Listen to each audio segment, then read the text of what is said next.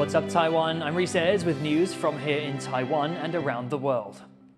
India has launched missile strikes on multiple locations inside Pakistan and Pakistan-controlled Kashmir, killing at least 26 people.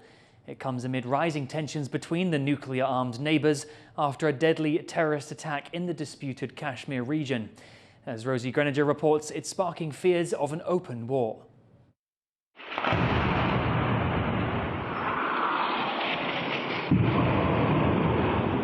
Explosions rock Pakistan and its part of Kashmir, and flares light up the night sky as India launches multiple missile strikes following weeks of rising tensions. About 15 to 20 minutes ago, there was a loud noise of 10 to 12 shells, and we saw them coming from above, but we don't know where in the city they hit. However, the noise was very loud. The whole city was scared. Dozens of people have been killed in the strikes and subsequent shelling, according to both sides. In a social media post, India said it targeted 9 terrorist locations in response to a deadly attack on India-controlled Kashmir 2 weeks ago that left 26 dead and 10 injured. New Delhi accuses its neighbour of backing the militants, a charge Islamabad denies. But after weeks of pressure on the Modi government to mount a military response, the move is being welcomed. There was much anger among the people, and everyone wanted a reply as they murdered our innocent brothers and sisters in Pahalgam. Hence, this was indeed needed. Pakistan says all sites hit in India's strike were civilian, including 2 mosques. The country's Prime Minister labelling the attack an act of war and vowing a decisive response. Pakistani forces, with the full support of the people of Pakistan, are currently delivering a strong and complete response to this act of the enemy, and a befitting reply will be given. There are now reports of intense cross-border artillery fire at multiple points in Kashmir, with at least 3 people dead in Indian-controlled territory, according to India's military. Kashmir is claimed by both India and Pakistan, which have fought 3 wars over it. And this latest escalation is prompting fears of another conflict between the 2 nuclear-armed neighbours. Pakistan has engaged the Indian troops at multiple locations of line of control, and we have successfully not only taken on them, neutralized them at multiple locations, and we have the visuals of a lot of damage. World leaders including China, Japan and the UN are calling for restraint from both countries, while the US is pushing for a peaceful resolution. But as the situation quickly intensifies, and with both sides refusing to back down, those calls for calm may fall on deaf ears. Dolphine Chen and Rosie Greninger for TaiwanPlus. The ruling Democratic Progressive Party is scrambling to defend its proposed tariff relief special budget, which opposition parties have countered with their own proposals. The Kuomintang and the Taiwan People's Party are pushing to cut what they call irrelevant items, like the DPP's proposed $3 billion subsidy for Taiwan's state energy company Taipower. 那试问，如果因为少了这1000亿，未来造成电价的波动，未来造成电价的调涨，那我们中小企业还能承担得起进一步调涨的电价吗？现在我们讨论的是要怎么雪中送炭。Taipower has for years operated under losses but still receives government support. The ruling and opposition parties have long-running disputes over the country's energy policy. Taiwan is set to phase out nuclear energy later this month in accordance with the DPP's goals. The head of the Central Election Commission says election officials are just following standard procedure in investigating alleged fraud in Taiwan's mass recall movement. 个栏就是用打字的，对，然后最后本人签名或盖章，对，那只要是用打字的，然后最后是亲自盖章，这个是合格的联署书，对不对？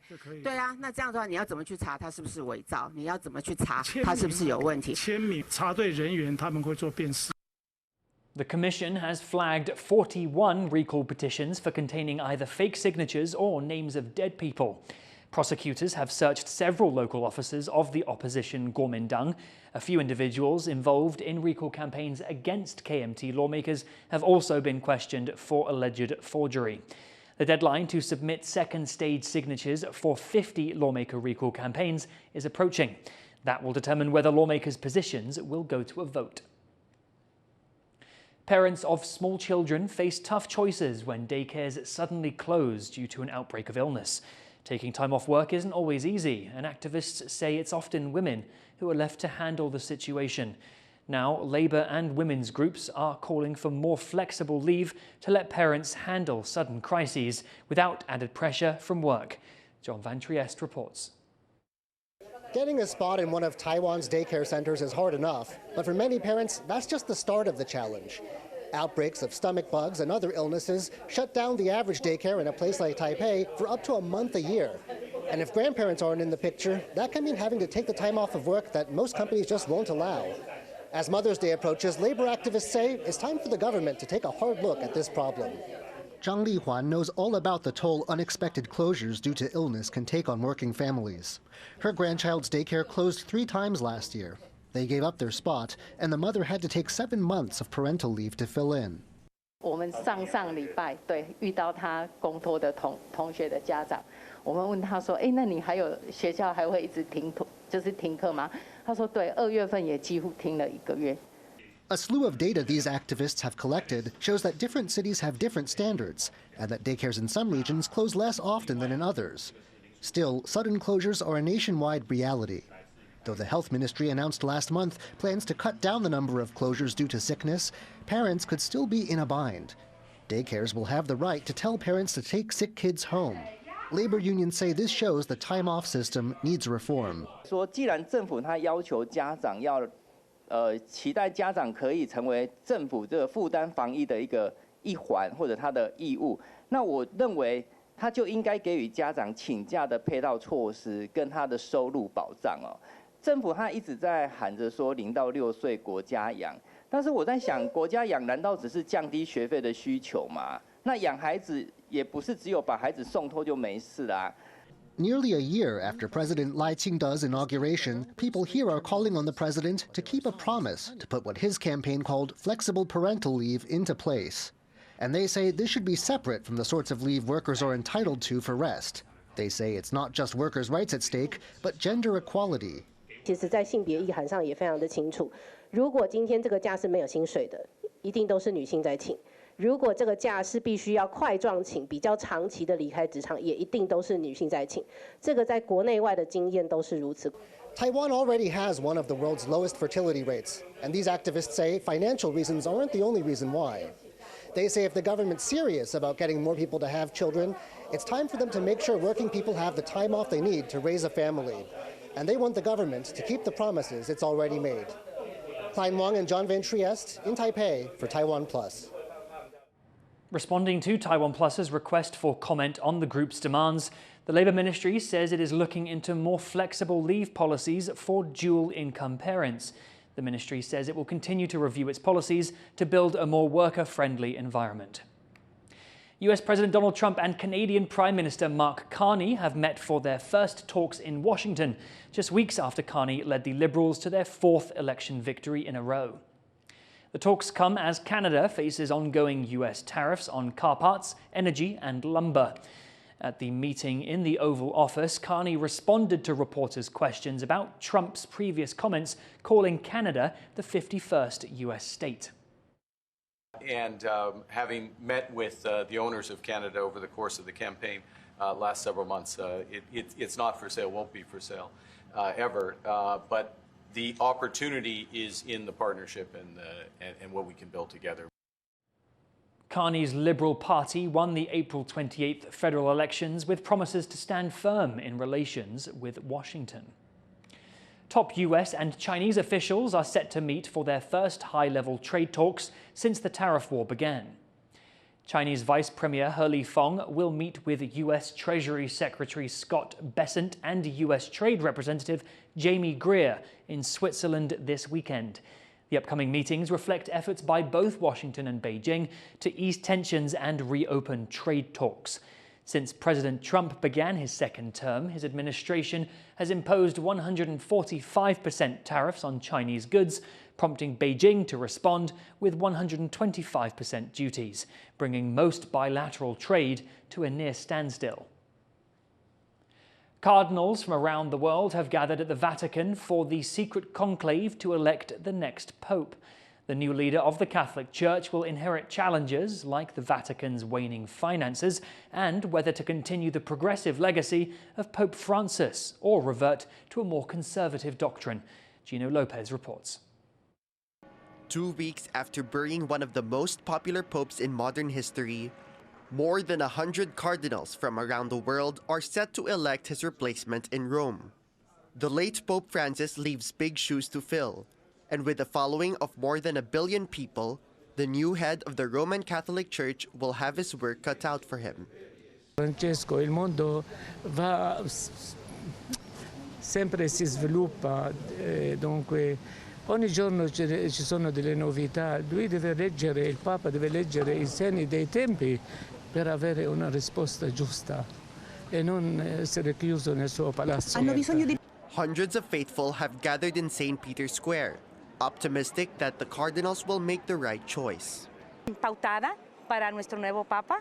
Ojalá sea un proceso dirigido y guiado por el Santo Espíritu de Dios y que le dé a todos esos cardenales que van a estar ahí reunidos esa sabiduría, ese discernimiento para escoger a nuestro sucesor de Papa Francisco, el cual con mucha tristeza, ¿verdad?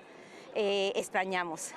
The papal conclave is a closed-door assembly in the Sistine Chapel, where cardinals under the age of 80 vote in secret for the next pontiff.